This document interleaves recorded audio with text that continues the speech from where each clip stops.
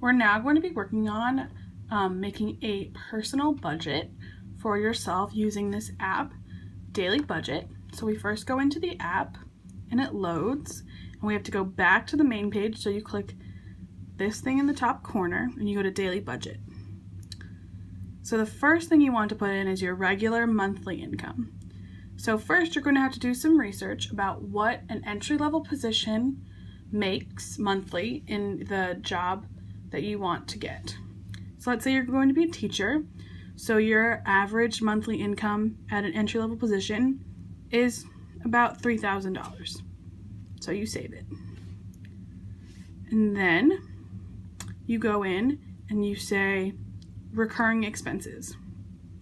So your first recurring expense that let's look at is your rent and housing.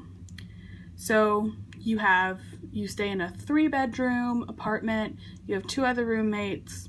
Depending on the area in which you want to live, again, you'll have to do some research about the average cost of housing, because if you're in a more rural area, housing may be less, or if you're in a more populated area or a city, it may be more. So let's say for an average that your rent each month is $300. So you put that in. And then all of these different areas: electricity, telephone, credit card, your water bill, gas, insurance, a gym membership, the cost of internet, or any monthly subscriptions, you'll all have to input. So for monthly subscription, let's say you have a Netflix account. So you add in the $8 a month for your Netflix account. You add that in there. And let's say that your telephone bill every month is $40. So as you can see, all these different things need to be filled out unless you don't pay for internet, or I don't know, you don't have electricity for some reason. But all of these things that would apply to you, you add in. And then, so here, this is the number for what it is monthly cost, but up here is what it costs per day. So that comes out of your daily budget. So you go back, and then you add in, what do you want to save? I have it put in for 10% savings, which means that 10% of my monthly income goes into savings for a trip, a new car, just a nest egg, whatever it is that you need. Decide an amount that you think is appropriate for saving.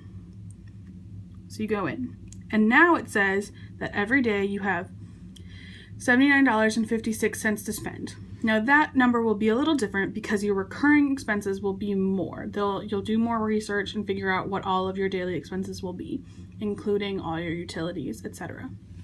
So then you go back and you go to the main page. And on the main page, you can input expenses.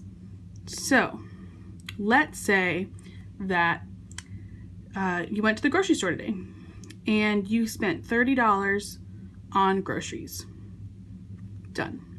So then that takes it out of today's budget. But then it says today is Wednesday, so you have this much more left to spend. But if you don't spend anything else today, you have that much more to spend on Thursday, and even more to spend on Friday. So if you spend less, let's say you stay at home for 3 days and all you do is drive to work and you come home and you eat your groceries and you don't do anything extra, then by the end of the week you'll have a lot more money left over to go out or go to a movie, go to a show, etc., etc.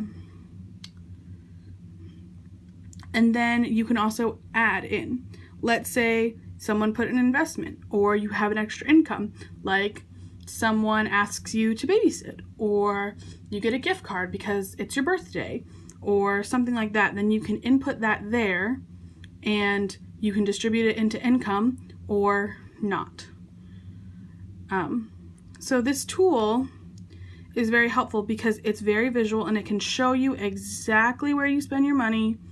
It tells you how much money you should spend in each area so that you can use your money most effectively, which is very important. And you can see what you can afford to spend based on your income and your living expenses.